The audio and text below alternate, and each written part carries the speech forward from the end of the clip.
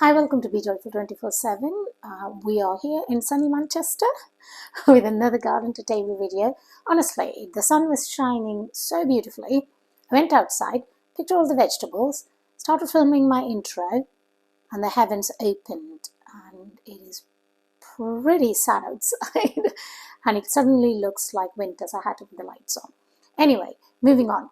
Today's recipe is going to be another garden to table video, and the recipe is going to be using my cauliflower. You may have seen in my recent August garden tour where I've shown you my cauliflowers being really glorious, and I did promise that I'll just make a couple of veg recipes using them.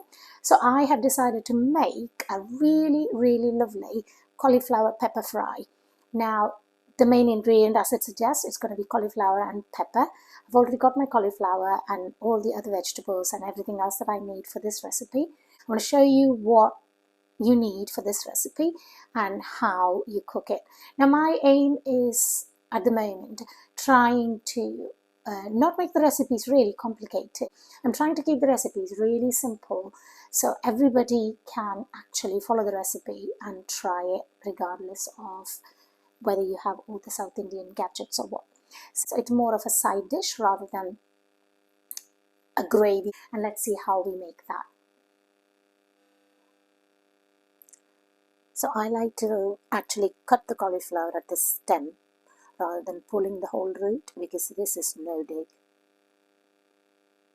I pulled about 3 cauliflowers because they were small.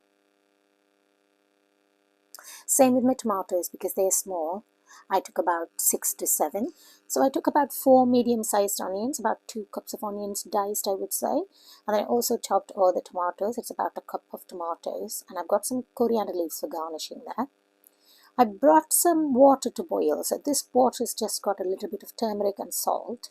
And I'm adding my cauliflower florets. This is just so the cauliflower doesn't have any flies or any little insects or anything like that. But it doesn't have to cook. It just has to be a couple of minutes so it can be blanched. In a hot pan, I've added about 2 to 3 tablespoons of oil. Now, I really forgot to film, but you do need some ginger garlic paste for this recipe as well. You can mince the ginger and garlic as well. You don't have to make it into a paste. I'm adding a teaspoon of fennel seeds for seasoning. Once it's crackled, I'm adding some fresh curry leaves. Do feel free to add some dried curry leaves if you don't have any fresh. Once the curry leaves are fried for a couple of minutes, I would say, I'm going to add my chopped onions. The onion needs to really cook well. It'll take about 5 minutes, I would say, on medium to low heat.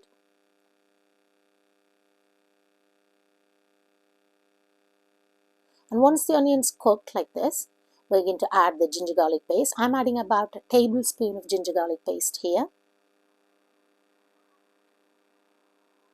Whenever you're adding ginger garlic paste, make sure you keep the flame low so it doesn't get burned, but it is really cooked well. Otherwise, the raw smell would just ruin the taste of the dish. So now that the ginger garlic paste is cooked, we're going to add about a 1/4 teaspoon or a pinch of turmeric powder. Keep the flame really low because we don't want any of the masala or any spices that we're adding to get burnt. I'm going to add 1/2 teaspoon of chili powder because remember we are adding pepper powder later, so we don't want it too spicy. So just 1/2 teaspoon of chili powder is enough. I'm going to add 2 teaspoons of coriander powder. And I'm going to make sure this masala is cooked well in the oil. Once it's cooked, I'm going to add my chopped tomatoes. Make sure the tomatoes are really cooked well and they are all turned mushy. Keep the flame low. So you can see here, it's cooked well. I'm going to salt my cauliflower according to my taste. I'm adding about 2 teaspoons, but you add however much you want. So now that everything's cooked well, I'm going to add my blanched cauliflower florets to this. And to mix everything really well.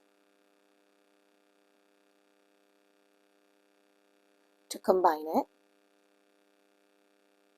We're not just cooking it here, we're just making sure everything's mixed well and just combined together.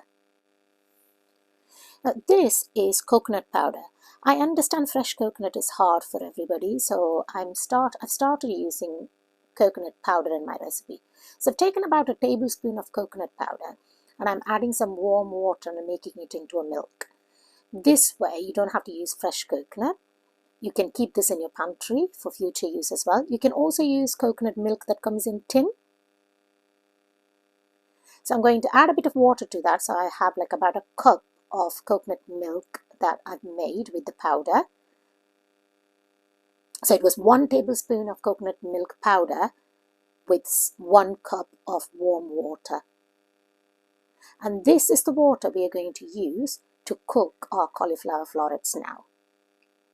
So reduce the flame now, put a lid on and cook the cauliflower. You can see here the cauliflower is cooked really well and all the coconut milk that we made have all disappeared. And this is what you're looking for. It needs to be quite dry like this. This is the stage we're looking for. And at this stage, I'm going to add about 3 teaspoons of pepper powder. I know it sounds like a lot, but that is why the recipe is called cauliflower pepper fry. And trust me, because we've added the coconut milk, it will not be that spicy. So I've added about 3 teaspoons of pepper powder. I'm going to just fry it for just a couple of minutes.